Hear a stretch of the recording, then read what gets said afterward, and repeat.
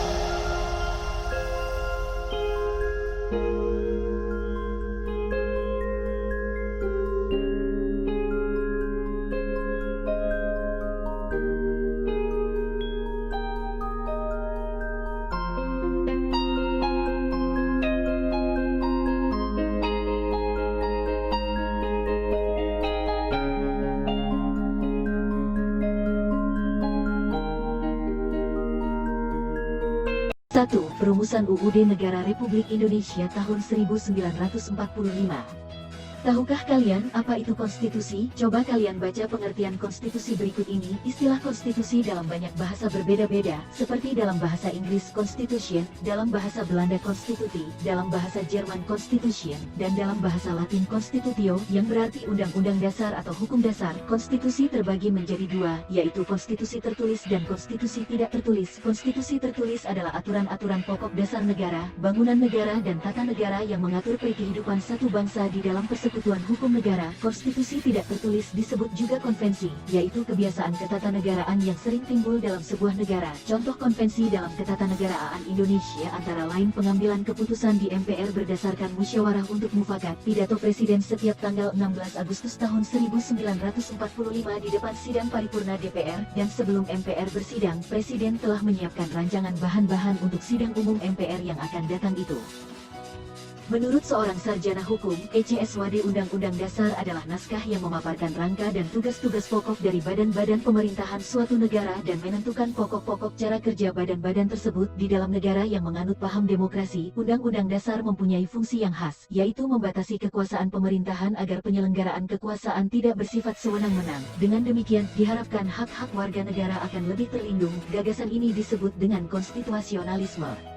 Negara Indonesia menganut paham konstitusionalisme sebagaimana ditegaskan dalam pasal 1 ayat 2 UUD Negara Republik Indonesia tahun 1945 yang berbunyi kedaulatan berada di tangan rakyat dan dilaksanakan menurut Undang-Undang Dasar.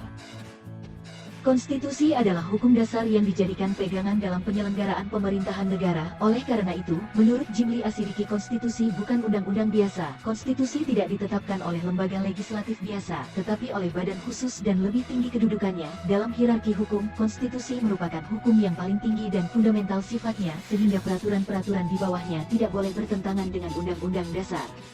Ketika kemerdekaan Indonesia diproklamasikan, belum memiliki Undang-Undang Dasar. Undang-Undang Dasar Negara Republik Indonesia 1945 ditetapkan oleh PPKI pada hari Sabtu tanggal 18 Agustus tahun 1945, satu hari setelah proklamasi. Nah, cobalah kalian rumuskan beberapa pertanyaan yang berkenaan dengan perumusan Undang-Undang Dasar di Indonesia. Pertanyaan kalian dapat diarahkan pada persoalan-persoalan seperti lembaga perumus, waktu perumusan, keanggotaan lembaga perumus, tahapan perumusan, dan hasil rumusan. Merujuk buku Konstitusi dan Konstitusionalisme karangan Jimli Asidiki, disebutkan bahwa naskah UUD 1945 pertama kali dipersiapkan oleh BPUPKI. Hal itu dilakukan pada masa sidang kedua tanggal 10 Juli sampai dengan tanggal 17 Juli tahun 1945. Saat itu dibahas hal-hal teknis tentang bentuk negara dan pemerintahan baru yang akan dibentuk. Dalam masa persidangan kedua tersebut, dibentuk panitia hukum dasar dengan anggota 19 orang yang diketuai oleh Insinyur Soekarno. Kemudian, panitia ini membentuk panitia kecil lagi yang diketuai oleh Supomo dengan anggota terdiri atas Wongsonegoro, R. Soekarjo, A. A. Maramis, Panji Singgi, H. Agus Salim dan Sukiman. Panitia Kecil Perancang Undang-Undang Dasar pada tanggal 13 Juli tahun 1945 berhasil membahas beberapa hal dan menyepakati antara lain ketentuan tentang lambang negara, negara kesatuan, sebutan Majelis Permusyawaratan Rakyat dan membentuk panitia penghalus bahasa yang terdiri atas Jejadiningrat, Salim, dan Supomo. Rancangan Undang-Undang Dasar diserahkan kepada panitia penghalus bahasa.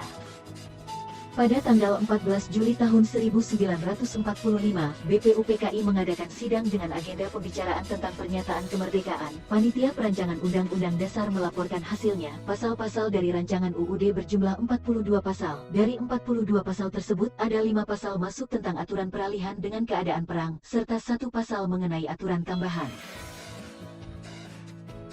Pada sidang tanggal 15 Juli tahun 1945 dilanjutkan dengan acara pembahasan rancangan Undang-Undang Dasar. Saat itu Ketua Perancang Undang-Undang Dasar, yaitu Soekarno, memberikan penjelasan tentang naskah yang dihasilkan dan mendapatkan tanggapan dari Moh Hatta. Lebih lanjut, Supomo, sebagai panitia kecil perancang Undang-Undang Dasar, diberi kesempatan untuk memberikan penjelasan terhadap naskah Undang-Undang Dasar. Penjelasan Supomo antara lain menjelaskan betapa pentingnya memahami proses penyusunan Undang-Undang Dasar. Paduka Tuan Ketua, Undang-Undang Dasar negara manapun tidak dapat dimengerti sungguh-sungguh maksudnya Undang-Undang Dasar dari suatu negara. Kita harus mempelajari juga bagaimana terjadinya teks itu, harus diketahui keterangan-keterangannya, dan juga harus diketahui dalam suasana apa teks itu dibikin. Dengan demikian kita dapat mengerti apa maksudnya undang-undang yang kita pelajari, aliran pikiran apa yang menjadi dasar undang-undang itu. Oleh karena itu, segala pembicaraan dalam sidang ini yang mengenai rancangan-rancangan Undang-Undang Dasar ini sangat penting oleh karena segala pembicaraan di sini menjadi material, menjadi bahan yang historis, bahan interpretasi untuk menerangkan apa maksudnya Undang-Undang Dasar ini. Naskah Undang-Undang Dasar akhirnya diterima dengan suara bulat pada sidang BPUPKI tanggal 16 Juli tahun 1945. Selain itu juga diterima usul-usul dari Panitia Keuangan dan Panitia Pembelaan Tanah Air. Dengan demikian, selesailah tugas Panitia BPUPKI.